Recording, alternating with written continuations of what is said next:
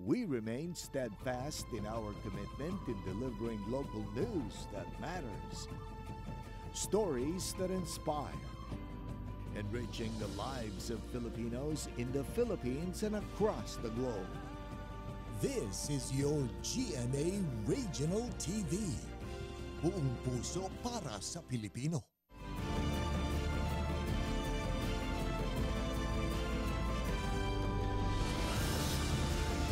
Ito ang GMA Regional TV 1 North Central Luzon. Masantos siyang aram na imbag amalem, maya pagat panapon kapuso. Narito na ang 1 North Central Luzon. Hatid namin ang mga pinakamalalaki at pinakauling balita sa Hilaga at Gitnang Luzon. Live mula rito sa GMA Dagupan Station, ako po si Chris Zuniga. Mga pasahero at tsuper, makinig po tayo dahil pisong provisional fare hike sa jeep epektibo na sa October 8. Ang detalye sa report ni Russell Simorio. Nasa 500 pesos ang arawang kita sa pamamasada ng jeepney driver na si Mang Richard mula sa Dagupan City. Mababa na raw ito kumpara sa dating kita na umaabot ng hanggang 700 pesos. Tumataas na po yung crudo eh. Opo. Tapos matraffic pa sir. Kaya maganda yun sir na inaprobahan na. Makikinabang si Mang Richard sa inaprobahang piso na provisional fare increase sa mga traditional at modern jeepney na epektibo na sa October 8. Ang Autopro Pangasinan, nakukulangan man sa pisong taas pasahe, okay na raw ito kesa sa wala. Kahit po ganun, papasalamat pa rin kami sa pamunuan ng LTFRB dahil kahit papano pinakinggan yung hinaing namin. Pare-pareho kami naghihirap, di pagbigyan din natin sila. Kung may pera kang pwedeng ibayad, huwag ka na magreklamo. Hindi ka naman makakarating sa pupuntahan mo kung hindi ka sasakay. Dismayado naman ang ilang transport group sa Pampanga sa inaprobahang pisong taas pasahe. Medyo kulang talaga kasi sobrang taas naman po talaga ng diesel. Hindi pa nga natin alam kung mas tataas pa eh. Lalo na pag sa modern jeepney. Samantala, umaasang ilang transport group sa Bataan na madadagdagan pa ang singil sa taas pasahe. Mas maganda sana kung madadagdagan, pero kung ganun lang din pero okay lang din kahit piso lang. Ayon sa LTFRB, magiging 13 pesos na ang minimum fare sa mga traditional jeep habang 15 pesos naman sa modern jeep. Isasalang naman sa pagdinig sa November 7 ang petisyon ng mga transport group ukol sa 5 pesos na taas pasahe. Kasama si Ron Alistair Tañedo, Russell Simorio, 1 North Central Luzon. Price cap sa bigas ipinatanggal na ni PBBM. May ulat si Ivy Hernando. Lifted na o tinanggal na ni Pangulong Ferdinand Marcos Jr. ang price cap o ceiling sa regular at well-milled rice. September 5 nang ipatupad ang price cap sa bigas sa ilalim ng Executive Order No. 39 na layong matugunan ang usapin sa food security. Issue sa iligal na pag-iimbak ng mga bigas at iligal na importasyon nito. Ayon sa Pangulo, kailangan pa ring ayusin ang sektor ng agrikultura. Ikinatuwa ito ng mga rice retailer dahil kung susumahin ang kanilang bili sa kada isang kaban, naglalaro sa 1 to 4 pesos lamang ang kanilang kita. Nababa nga talaga. Tagbayad kami tinal daw. Nagbayad kami ti sumangped pa yung bigas.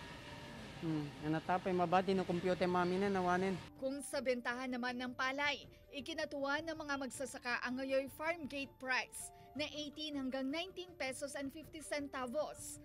Pero halos wala naman daw silang maibenta dulot ng pagkasira ng kanilang palayan sa mga magkakasunod na bagyo. Sa halip na rice harvester, manong-manong inani ni Nanay Imelda ang mga palay dahil nakadapa na sa tubig. Handa siguro nga ko dito yung gatangan ng takastama nga nabasan. Sa nangisi deta irinan. Sa tagal na nakababad sa tubig ang mga butil ng palay, marami sa mga ito ang tumubo na. Gaya na lamang ito, tinubuan na ng dahon at ugat. Dahilan para hindi na mapakinabangan pa. Halos 5,000 hektarya ang natamnan ng palay sa Ilocos Sur, pero nasa 2,192 hectares pa lang ang nakapag-ani. Malaki raw ang posibilidad na mababa ang produksyon dulot na rin ng pinsala ng mga bagyo sa sektor ng agrikultura. Nung bumagyo, marami pong totally damaged na farm natin. Kaya yung iba kasi hindi na nila nataminan kasi talagang nasira yung palayan nila, natabunan ng mga bato, mga lupa. Sa kasalukuyan, naibebenta ng 23 hanggang 25 pesos ang kada kilo ng palay na below 14% ang moisture content. Kasama si Norman Raca, Ivy Hernando, One North Central Luzon. 3 ang patay habang 11 ang nasagip nang tumaob ang bangka matapos na mabangga ng isang foreign vessel sa Infanta, Pangasinan. Ang detalye ng balitang yan ihahatid live ni Claire Lacanilaw. Claire? Chris, nasira at tumaob ang sinasakyang bangka ng 14 na mangingisda matapos umanong mabangga ng isang commercial vessel sa karagatang bahagi ng Infanta, Pangasinan kung saan nasawi ang 3 mangingisda. 3 mangingisda ang nalunod habang 11 mangingisda ang sugatan matapos mabangga ng isang commercial vessel ang sinasakyang bangka sa karagatang bahagi ng Infanta, Pangasinan. Makikita sa video ang pag-ahon sa mga labi ng 3 mangingisda sa bahagi ng Barangay Cato, Infanta, Pangasinan. Kinilalang mga nasawi na sina Dexter Lodencia, 46 anyos, boat captain at may-ari ng bangka, Romeo Mexico Jr., 39 anyos, at Benedicto Olandria, 72 anyos. Masakit po talaga sa amin. Bigla po talaga eh. Wala po kasing dami parang plano po na Nananawagan po kami na aksyonan po. Mapanagot po kung sino po yung dapat mapanagot. Sana naman po makipagtulungan po kayo dahil kawawa naman po yung mga naiwan at nasawi. Sa tindi ng impact, nawasak ang bangka kung saan natrap sa loob at nalunod ang 3 biktima. Nung time na yun, nasa loob po yung mga kasama ko ma'am nung oras na yun dahil umuulan-ulan po. Nung ako po yung nasahuli ng bangka, nung pagka tumayo po ako, nandiyan na po agad yung barkong malaki na bumangga sa amin. Pagkatapos mo ron, nag-iwalay na po kami sa bangka dahil tumalsik kami sa lakas ng impact ng pagbangga. Desisyon kami uwi yung bangka. Uwi natin yan, sama-sama tayo. Paano natin iwan yun? Atin yung buhay natin dito, buhay at sino sa atin. Sama-sama na tayo uwi, tayo buhay, basta makita ng pamilya. Kaya nga po nung hindi malapit na kami dito, kuya, dito na tayo kuya, makikita ka ng pamilya mo, anak mo. Para at paano matulungan ka namin, makita, may living ka namin maayos. Po sa Panginoon naman, makasama namin, malilit pa yung mga anak. Sana po sa mahal na Pangulo matulungan po kami, ma-recover po yung bangka na sinasakyan namin kasi yun po yung kabuhayan namin. Nananawagan ang mga kaanak na sana'y matukoy ang barko na bumangga sa bangka ng mga biktima. Sa ngayon, nasa maayos ng kalagayan ang 11 biktima. Iniimbestigahan na ng Philippine Coast Guard ang insidente upang matukoy ang commercial vessel na bumangga sa bangka ng mga biktima. May mga speculations pa lang na binibigay ng pangalan pero hindi pa po na-disclose kung sila na po yung natatama doon sa bangka natin. Commercial vessel, ito po yung international yung trade niya. Malalaki pong barko itong mga dumadaan dito sa area na to.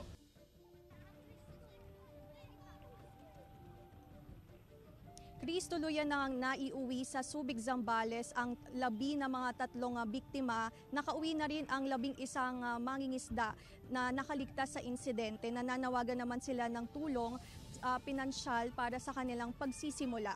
Chris. Maraming salamat, Claire Lacanilaw. Basketball game ng mga kalalakihan sa Porac, Pampanga nauwi sa rambol at saksakan. Tutukan sa report.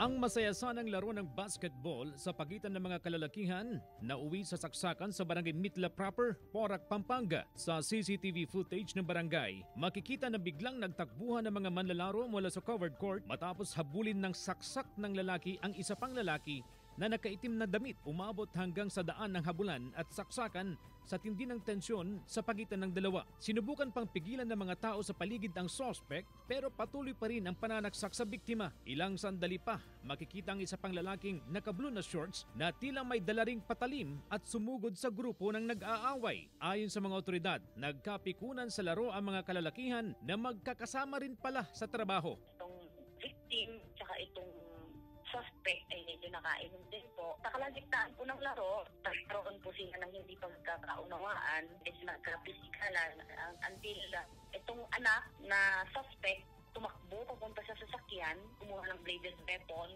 and then pinagsasaksak po yung ating tatlong victim.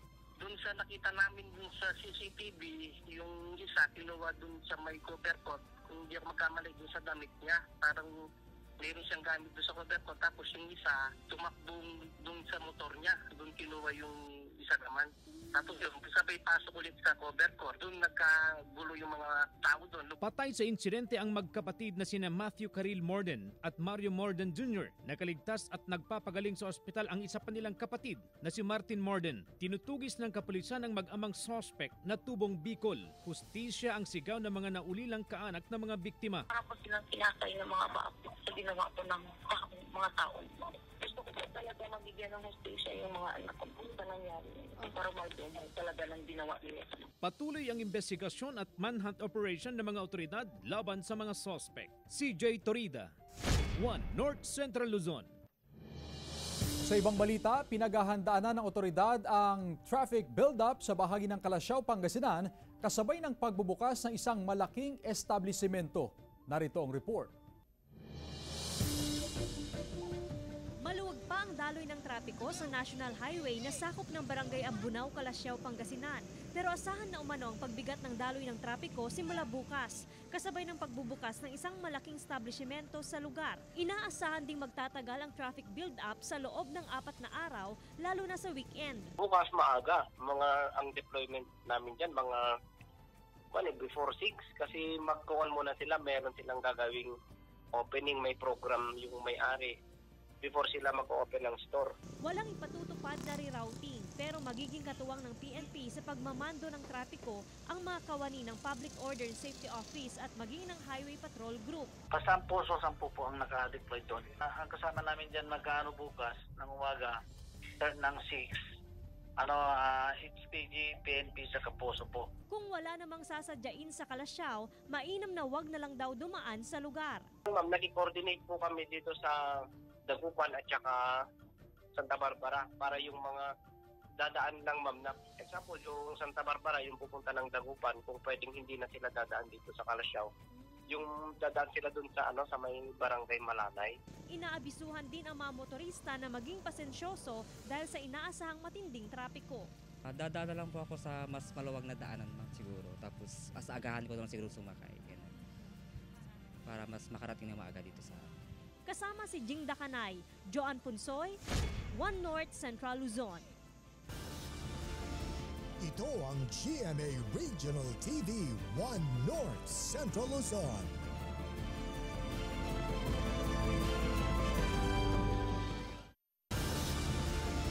Ito ang GMA Regional TV 1 North Central Luzon.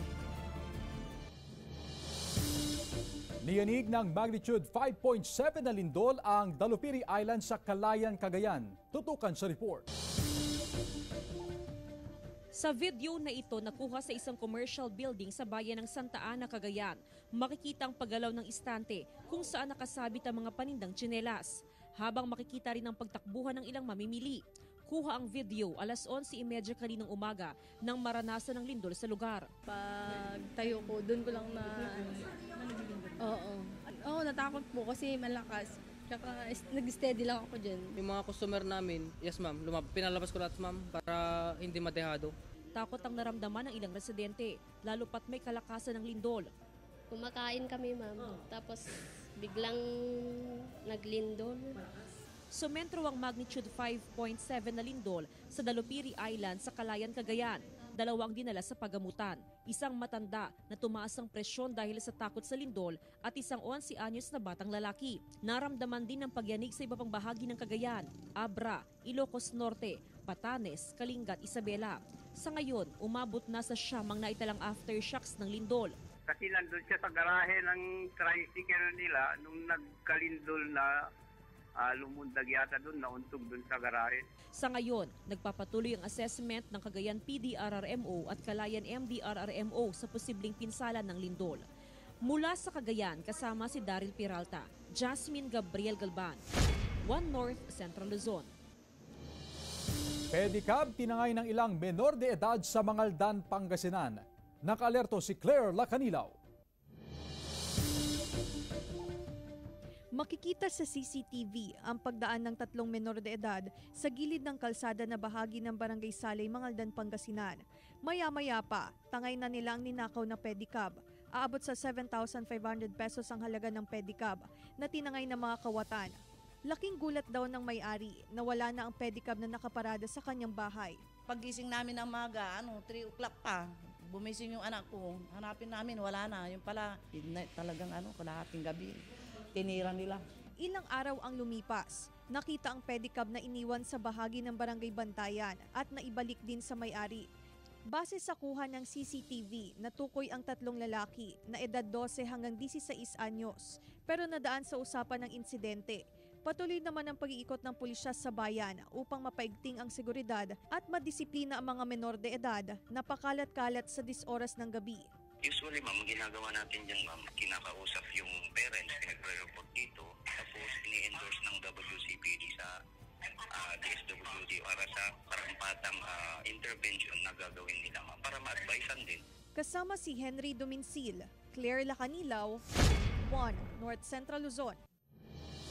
2 bahay sa Ilocos Norte tinupok ng apoy, mahigit sa 500,000 pesos na halaga ng ari-arian na abo. Nakatutok si Gab De Luna. Tinupok ng apoy ang 2 bahay sa Barangay 10 Bacara, Ilocos Norte. Kuha sa video na malaki na ang apoy nang rumesponde ang BFP. Ayon sa inisyal na investigasyon ng BFP, posibleng nagmula ang sunog sa dirty kitchen ng bahay kung saan puno raw ng kahoy na ginagamit sa panggatong sa kanilang kalan. May ilang faulty wirings din daw sa likod ng bahay na pwedeng isang sanhi sa pagkalat ng apoy. Isang kasi pagka medyo late na po yung tawag, yun naman po yung makakaya naming response time eh. Kumbaga ginawa naman, yun na po yung best na response time namin. Pinuntahan po namin kaagad. Emosyonal naman ang may-ari ng bahay na sina Aling Caridad at Andrea dahil wala raw na isalba sa kanilang mga gamit. Pagkasya ka na kayo apo, tanamin pinsan na oram ti palay kami. Agyaman ako matang kalakwada na. Amuda ka mga tinulungan, ma'am. Imay, na kita kwa bumbero. Ang hamutakas ka rin ng warwaran na tayo kwa na. Nagbigay naman ng paalala ang pamunuan ng BFP. Kitchen, faulty wirings, yung mga nakasaksak po na appliances. Huwag po natin hayaan na nakasaksak lalo po kung aalis po tayo ng bahay. Kasama si Reynold Velasco, Gab De Luna, One North Central Luzon.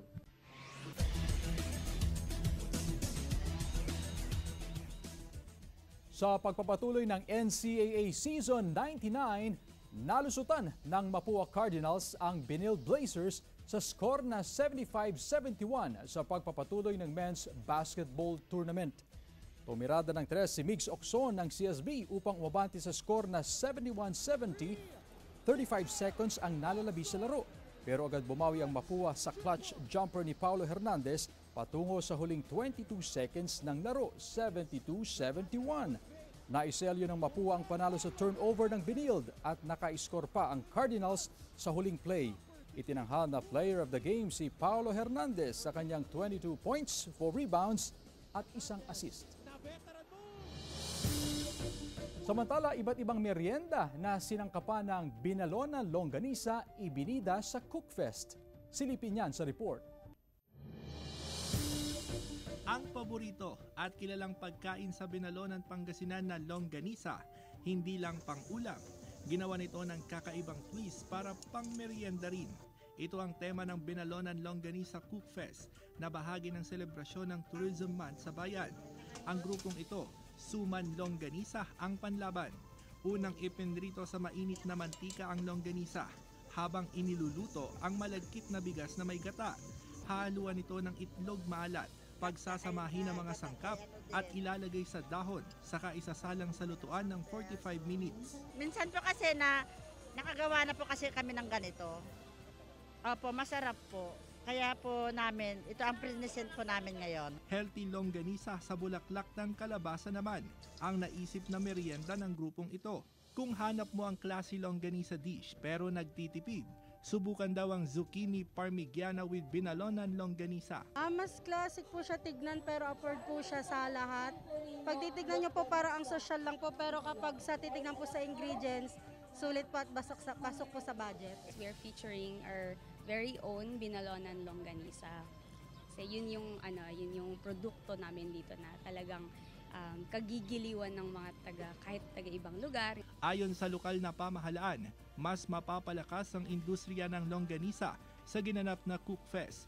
Plano rin kasi ng LGU na i-export ang binalonan longganisa. Nakikilala ang binalonan longganisa dito sa aming lugar, but of course gusto namin mas makilala pa sa ibang lugar. Not only parang locally but internationally. Kasama si Ron Alistair Tañedo, Russell Simorio, One North Central Luzon. Ito ang GMA Regional TV One North Central Luzon.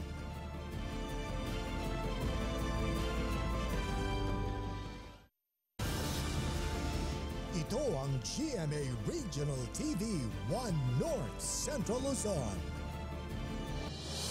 Sospek sa pagpatay sa Pinay domestic helper na tubong Pangasinan, hawak na ng Saudi Police ayon sa OWA. Tinutukan niya ni Russell Simorio. Hawak na ng Saudi Police ang suspect sa pagpatay kay Margaret Garcia, 32 anyo sa domestic helper sa Saudi Arabia. Kinumpirma ito ng OWA sa pakikipag-ugnayan sa Philippine Embassy.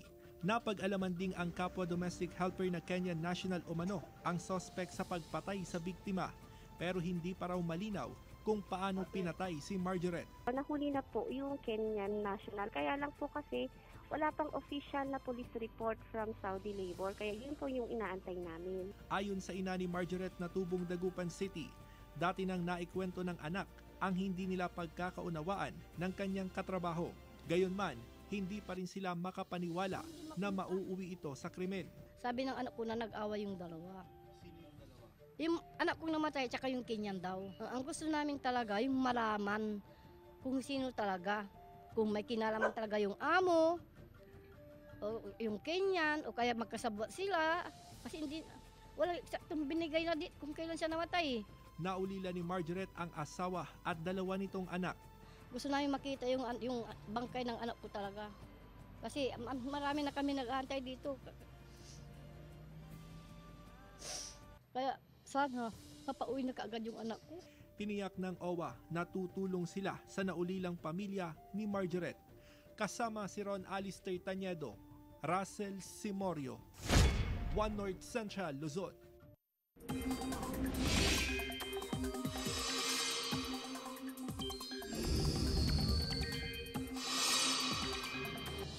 Mga kapuso, patuloy pa rin pinapalakas ng Bagyong Jenny ang southwest monsoon o hanging habagat habang papalapit ito sa dulo ng Hilagang Luzon. Ayon sa Pag-asa, nakataas pa rin ang Tropical Cyclone Wind Signal number 3 sa hilagang bahagi ng Batanes sa bandang Itbayat. Tropical Cyclone Wind Signal number 2 naman sa iba pang bahagi ng Batanes at hilagang bahagi ng Babuyan Islands.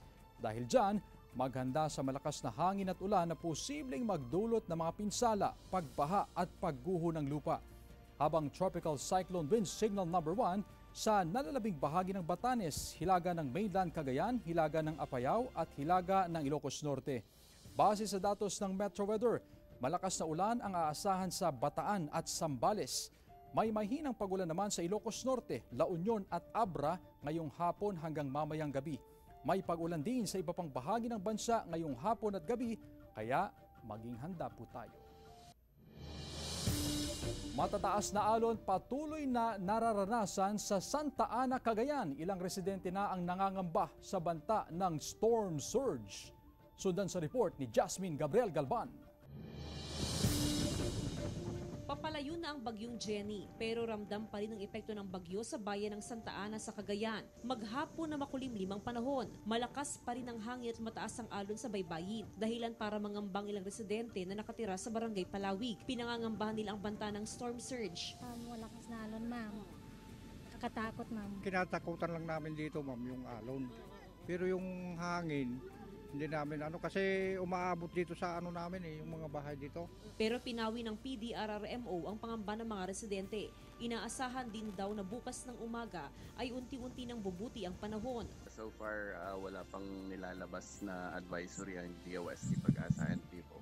Samantala, patuloy ang pakikipag-ugnayan ng PDRRMO sa mga opisyal ng Calayan Islands. Sa ngayon, wala naman daw matinding epekto ang bagyong Jenny sa lugar. Pabugso-bugso lang yung ulan, ma'am, pero yung hangin medyo parang malakas. Nakamonitor din ng PCG sa mga mangingisda sa probinsya para matiyak na walang maglalayag habang nasa PAR pa ang bagyong Jenny. Makulimlim at nakaranas lamang ng bahagyang pag-ulan sa Batanes dala ng bagyong Jenny. Gayunman, sinuspindi muli ang klase sa lalawigan dahil sa nakataas sa tropical cyclone wind signal. Signal number 3 sa Itbayat at signal number 2 sa natitirang bahagi ng probinsya. Tanging ang Itbayat ang nagsuspindi ng trabaho. Ayon sa PDRRMO, sapat ang supply ng diesel para sa supply ng kuryente hanggang sa mga susunod na buwan. Samantala, kanselado rin ang flight sa Batanes dahil sa sama ng panahon. May mga local turista yung na-stranded din sa Kaptang. Pero okay naman po sila sa ngayon. Nakamonitor po kami doon. At patuloy naman po ang tulong na binibigay sa kanila habang nandun sila. Dahil wala na po kasing bigayang bangka. Ipinapatupad pa rin ang no-sailing policy kaya nanatiling walang biyahe sa lahat ng isla. Mula sa probinsya ng Cagayan, kasama si Daryl Peralta, Jasmine Gabriel Galban, One North Central Luzon. Mga kapuso, paggawa ng homemade donuts maaring pagkakitaan habang nasa bahay. Silipin sa report. Work from home ang setup ng 31 anyos na si Kim Roy ng Calasiao, Pangasinan na nagtatrabaho sa Human Resources Department ng isang cargo and freight company. Nagsimula raw ito nang tumamang pandemya noong 2020. Upang mas lalong magugol ang oras niya habang nasa bahay, naisipan niyang gumawa ng mini donut. Nagsimula ito bilang hobby hanggang naisipan niyang gawing negosyo. Ang ingredients, harina, baking powder, fresh milk, asukal, cooking oil, vanilla extract at itlog. Sa isang malaking bowl, unang paghaluin ang harina, baking powder at asukal. Importante na maging patas ang paghalo sa mga ito. Sunod ang fresh milk, itlog, cooking oil at vanilla extract. Maaring dagdagan ng tubig para makuha ang tamang lapot nito. Saka ilagay sa container ang butter. Pahiran muna ng margarine ang donut maker. Saka maglagay ng sapat na amount ng butter dito. Takpan ito at magantay lamang ng 2 to 3 minutes bago maluto. Pwedeng maglagay ng melted chocolate o ibang flavor gaya ng matcha, ube at milk sa donut. Saka lagyan ng toppings gaya ng sprinkle, graham powder, marshmallow o di kaya choco chips. Ay, masarap, madam. Satisfied. Kung grade 10, susuportahan namin. Tapos explore para lalo pang gumanda itong business niya o additional income. Kasama si Jing Dakanay, Joan Punsoy, One North Central Luzon. Mga kapuso, 82 days na lang, Pasko na. Samantala, mapapanood niyo po ang episode na ito at iba pang pinakahuling lokal na balita sa official website ng GMA Regional TV, www.gmaregionaltv.com. Pwede rin kayo bumisita sa aming official YouTube channel, GMA Regional TV, at i-click ang subscribe button para sa pinakamainit na balita mula sa mga rehiyon. Nais naming pasalamatan ang mga kapuso sa Hilaga at Gitnang Luzon, maging ang mga kapuso natin abroad. Dahil sa GMA Regional TV, local news matters. At yan ang mga pinakamalaki at pinakahuling balita sa Hilaga at Gitnang Luzon. Maraming salamat sa pagsama sa amin, pati na ang mga kapuso sa ibang bansa na tumutok sa mga balita sa rehiyon. Ako po si Chris Zuniga. Kami ang GMA Regional TV, One North Central Luzon. Buong puwersa para sa mas malaking misyon at mas malawak na paglilingkod sa bayan.